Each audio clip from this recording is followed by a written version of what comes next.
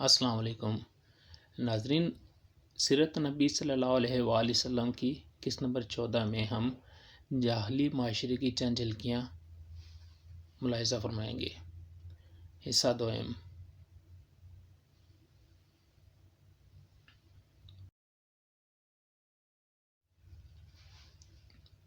Professor Abdul Hamid Siddiqui اپنی کتاب life of محمد صلی اللہ علیہ وآلہ وصحبہ وسلم میں لکھتے ہیں کہ جب عرب تاجر اپنی تجارتی کارواں لے کر روم اور ایران و شام اور ہندوستان تک جاتے اور واپسی پر عیش پرستی اور تمام بری عادات لے کر لوٹتے، شام و عراق سے لڑکیاں درآمد کی جاتی جنہیں عیش پرستی کے لیے استعمال کیا جاتا۔ شہوانی خواہشات کے اس چٹخارے نے عربوں کو بلا کا اوباش اور نفس پرست بنا دیا تھا۔ ان کے ہاں بدکاری اتنی رچ بس گئی تھی کہ اگر کوئی صالح شخص ان بدکاریوں اور بری عادات سے اجتناب برتتا تو اس کا مذاق اڑایا جاتا اور اسے کمینہ، کنجوس اور غیر ملنسار قرار دیا جاتا۔ عرب معاشرے کی اخلاق باختگی کا ایک اور تاریک پہلو خاندانی نظام کی گراوٹ تھا۔ عرب کے متمول طبقے میں تو پھر بھی حالت کچھ بہتر تھی، مگر عمومی طور پر مرد عورت کا اختلاط سوائے فحاشی اور بدکاری کے اور کچھ نہیں تھا۔ ایک ہی وقت میں کئی عورتوں کو اپنے حرم میں داخل کر لیا جاتا۔ دو سگی بہنوں سے بیک وقت نکاح کر لینا اور باپ کے مرنے کے بعد سوتیلی ماں کو اپنی زوجیت میں لے لینے میں کوئی عار نہ سمجھا جاتا تھا۔ 10 لوگ ایک ہی عورت سے تعلقات قائم کر لیتے۔ جگہ جگہ رنڈیوں اور طوائفوں کے گھر زنا اور بدکاری کے اڈے تھے۔ شراب نوشی اور جوا عام تھا۔ ان کی بے حیائی کا یہ عالم تھا کہ ان کی بیٹیاں تک نیم عریاں لباس میں قبائلی مخلوط مجالس میں شریک ہوتیں، جہاں ان کے جسمانی اعضاء پر نہایت فحش شعر پڑھے جاتے۔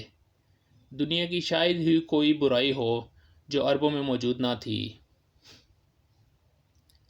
لہو و لعب، فسق و فجور اور قتل و غارت گری کے دلدادہ، زنا اور بدکاری کے رسیا اور شراب نوشی اس قدر کے جیسے ہر گھر ایک شراب خانہ تھا۔ عرب نہایت شکی القلب اور سنگ دل تھے۔ جانوروں کو درختوں سے باندھ کر نشانہ بازی کی مشق کی جاتی۔ زندہ جانور کا کوئی حصہ کاٹ کر کھا جاتے۔ اسیرانہ جنگ کے ساتھ غیر انسانی سلوک کیا جاتا۔ ایک عضو کاٹ کر موت کے گھاٹ اتارا جاتا۔ دشمنوں کا جگر نکال کر کچا چبا لیا جاتا۔ ان کے کاسہ سر میں شراب ڈال کر پی جاتی۔ مجرموں کو حد درجے وحشیانہ سزائیں دی جاتی۔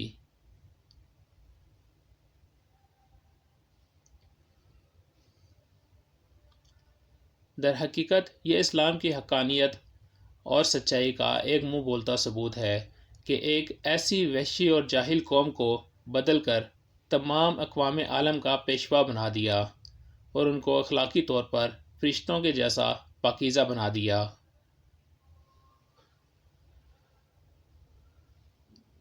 تاہم اخلاقی طور پر پستی اور گراوٹ کی اتھاہ گہرائیوں میں ڈوبے اس معاشرے میں ایسے سلیم فطرت صالح انسان موجود تھے جو ان قبیح حرکات سے الگ تھلگ تھے۔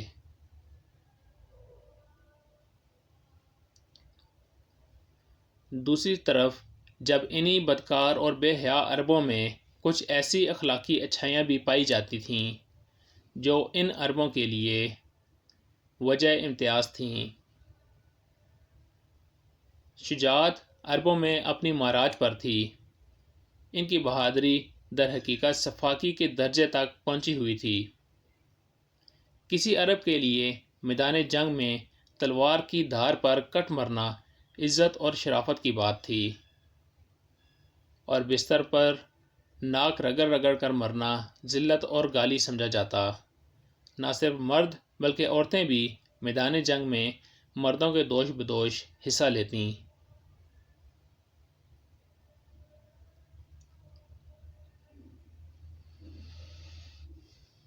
سخاوت میں ان کا کوئی ثانی نہ تھا۔ کبھی کبھی تو اپنے پاس کا آخری روپیہ تک سائل کے حوالے کر دیا جاتا۔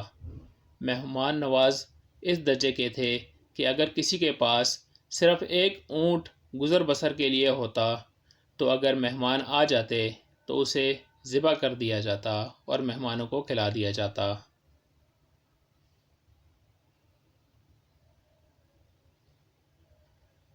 عرب آزادی کے دلدادہ تھے اور اپنی آزادی برقرار رکھنے میں کسی قربانی سے دریغ نہ کرتے تھے۔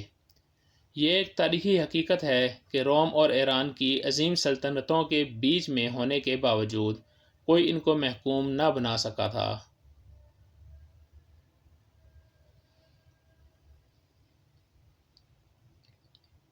عرب آخر درجے کے وفا پیشہ تھے۔ عہد و پیمان کی پابندی کو فرض سمجھا جاتا تھا اور ایفائے عہد میں اپنی جان اور مال اور اولاد تک کو قربان کر دیا جاتا تھا۔ جب کسی کو پناہ دے دیتے تو اپنی جان قربان کر دیتے مگر اپنی پناہ میں آئے شخص پر ایک آنچ نہ آنے دیتے۔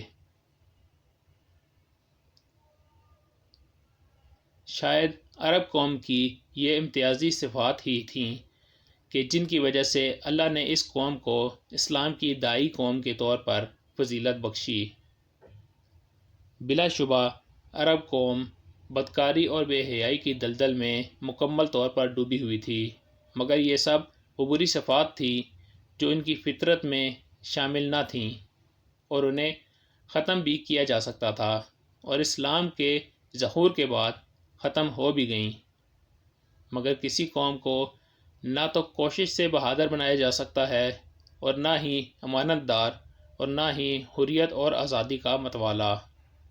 یہ وہ صفات ہیں جن سے عرب قوم کو اللہ نے خوب خوب نواز رکھا تھا۔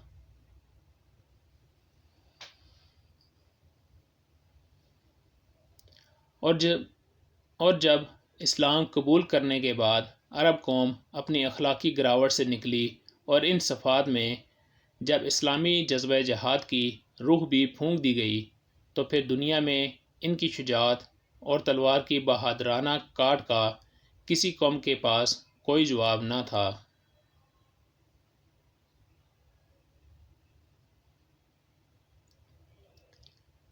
سیرت نبی کے مزید سلسلے جاری ہیں، ہمارے ساتھ رہیے۔